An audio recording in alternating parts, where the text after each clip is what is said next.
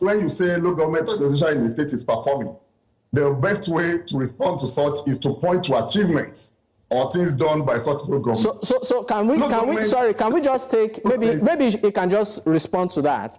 He put a question to you, Mr. Lawson. He said maybe you can just point out to some of the achievements within this local government. Just maybe 30 seconds. I've listed these local governments are just few months in office, and as you speak, I told the commissioning of projects will be happening in part of my own state, in my own part of the state, in the next few days in October. Local government markets, which is their statutory responsibility, are being constructed. Local government across the state are involved in dredging of canals and the waterways across the state.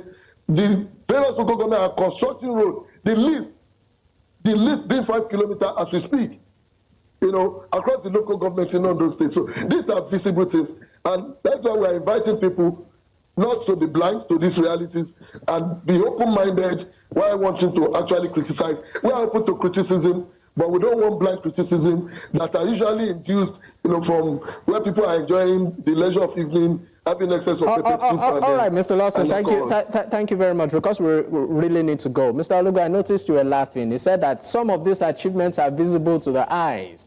There are roads there. There are, of course, rehabilitations happening. So what's the noise about? I am speaking to you from Ondo State. I don't know if he is. And I can tell you for a fact that these are lies. I don't know when somebody will call. The only thing they was able to talk about now, point to, is dredging of waterways in Ondo State. How can dredging of waterways be the only achievement of a local government that have been in existence for months, which also testify to? These local governments are not functional. Look, agriculture is in comatose, despite the fact that Ondo State used to be one of the agriculturally viable states in Ondo State. Agriculture in Ondo State, in terms of investment, at a 0 point. Government administrations are function.